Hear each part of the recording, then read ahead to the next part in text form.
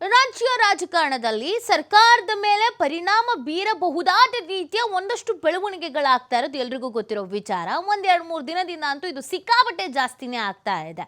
So ಇದೀಗ ಡಿ.ಕೆ. ಶಿವಕುಮಾರ್ ಅವರ ಆಪ್ತರು ದೆಹಲಿಗೆ ಹೋಗ್ತಾ ಇದ್ದ ಹಾಗೇನೆ ಈ ಕಡೆ ಸಿಎಂ ಸಿದ್ದರಾಮಯ್ಯನವರ ಆಪ್ತರು ಡಿನ್ನರ್ ಪಾಲಿಟಿಕ್ಸ್ ಅನ್ನ ಶುರು ಮಾಡ್ಕೊಬಿಟ್ಟಿದ್ದಾರೆ. ಇತ್ತೀಚೆಗೆ ತಾನೇ ಇವರು ಊಟಕ್ಕೆ ತಿಂಡಿಗೆ ಅಂತೆಲ್ಲ ಒಟ್ಟೊಟ್ಟಿಗೆ ಸೇರ್ತಾ ಇದ್ರು. ಯಾಕೆ ಸೇರಬಾರ್ದ ನಾವು ಅಂತ ಪ್ರಶ್ನಿಸ್ತಾ ಇದ್ರು. ಆದರೆ ಈಗ ಸೇರಿರುವಂಥದ್ದು ಸಹಜವಾಗಿಯೇ ಪ್ರಶ್ನೆಗಳಿಗೆ ಕುತೂಹಲಗಳಿಗೆ ಕಾರಣವಾಗ್ತಾ ಇದೆ.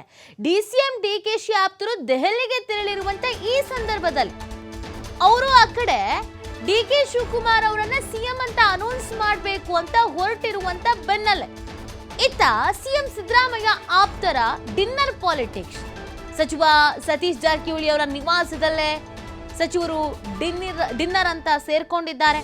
ಗೃಹ ಸಚಿವ ಪರಮೇಶ್ವರ್ ಅವರು, ಎಚ್.ಸಿ. ಮಹದೇವಪ್ಪ ಅವರು, ದಿನೇಶ್ ಗುಂಡೂರಾವ್ ಅವರು, ಹಾಗೆಯೇ ಕೆ. ವೆಂಕಟೇಶ್ ಅವರು, ಕೆ.ಎನ್. ರಾಜಣ್ಣ ಅವರು ಇವ್ರುಗಳೆಲ್ಲ ಸಭೆ ಮಾಡಿರೋದು. ಮೊದಲು ಸಿಎಂ ನಿವಾಸ ಕಾವೇರಿಯಲ್ಲಿ ಸಿಎಂ ಜೊತೆ ಮೀಟಿಂಗ್ ಮಾಡ್ತಾರೆ. ಆ ನಂತರ ಸಚಿವ ಸತೀಶ್ ಜಾರಕಿಹೊಳಿ ನಿವಾಸಕ್ಕೆ ಸಭೆನ ಶಿಫ್ಟ್ ಮಾಡ್ಕೊಳ್ತಾರೆ. ಊಟದ ನೆಪದಲ್ಲಿ ರಾತ್ರಿ ಭರಪೂರ ಚರ್ಚೆ ಮಾಡ್ಕೊಂಡಿದ್ದಾರೆ. ಡಿ.ಕೆ.ಶಿ ಟೀಮ್ಗೆ ಟಕ್ಕರ್ ನೀಡೋದಕ್ಕೆ ಈ ಡಿನ್ನರ್ ಮೀಟಿಂಗ್ ಅನ್ನ ಅರೇಂಜ್ ಮಾಡ್ಕೊಂಡಿದ್ರ ಅನ್ನುವಂಥ ಪ್ರಶ್ನೆ. ನೀವು ಫೋಟೋ ನೋಡ್ತಾ ಇದ್ದೀರಾ ನೋಡಿ, ಇದೇ ಫೋಟೋ. ಇದು ಸತೀಶ್ ಜಾರಕಿಹೊಳಿ ಅವರ ನಿವಾಸ. ಇಲ್ಲಿ ಎಲ್ಲ ಒಟ್ಟಿಗೆ ಕೂತ್ಕೊಂಡು ರೌಂಡ್ ಟೇಬಲ್ ಡಿನ್ನರ್ ಜೊತೆಗೆ ಮಾತುಕತೆಯನ್ನ ಮಾಡಿರೋದು. ಏನ್ ಮಾತುಕತೆ? ಡಿ.ಕೆ. ಶಿವಕುಮಾರ್ ಅವರ ಆಪ್ತರು, ಅದರಲ್ಲೂ ಕೆಲವರು ಹಿರಿಯರಿದ್ದಾರೆ, ಅನುಭವಿಗಳಿದ್ದಾರೆ, ಯಂಗ್ಸ್ಟರ್ಸ್ಗಳಿದ್ದಾರೆ, ಅವರುಗಳು ದೆಹಲಿಗೆ ಹೋಗ್ತಾ ಇದ್ದಾರೆ. ಇವತ್ತು ಫ್ರೈಡೆ, ಶುಕ್ರವಾರ ದೆಹಲಿ ನಾಯಕರನ್ನ ಭೇಟಿ ಮಾಡಿ ಡಿ.ಸಿ.ಎಂ ರನ್ನ ಸಿಎಂ ಮಾಡಿ ಅಂತ ಬೇಡಿಕೆ ಇಡ್ತಾರೆ.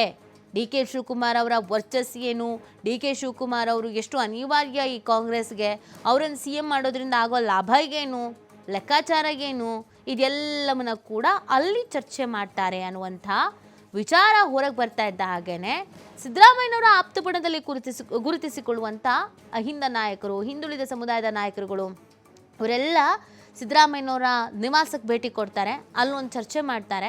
ಸಿದ್ದರಾಮಯ್ಯನವರು ಏನು ನಿರ್ದೇಶನ ಕೊಟ್ಟಿದ್ದಾರೆ, ಏನು ಹೇಳಿದ್ದಾರೆ ಗೊತ್ತಿಲ್ಲ, ಅಥವಾ ಇವ್ರುಗಳೇ ಭರವಸೆ ಕೊಟ್ಟಿದ್ದಾರೋ, ಅಥವಾ ಸಿದ್ದರಾಮಯ್ಯನವ್ರಿಗೆ ಇಲ್ಲ ಯಾವುದೇ ಕಾರಣಕ್ಕೂ ನೀವು ಸೀಟ್ ಬಿಟ್ಕೊಡ್ಬಾರ್ದು ಅಂತ ಹೇಳಿದಾರೋ ಗೊತ್ತಿಲ್ಲ. ಅಲ್ಲಿ ಮಾತುಕತೆಯನ್ನು ಮುಗಿಸ್ಕೊಂಡು ನೇರವಾಗಿ ಬರೋದು ಸತೀಶ್ ಜಾರಕಿಹೊಳಿ ಅವರ ನಿವಾಸಕ್ಕೆ.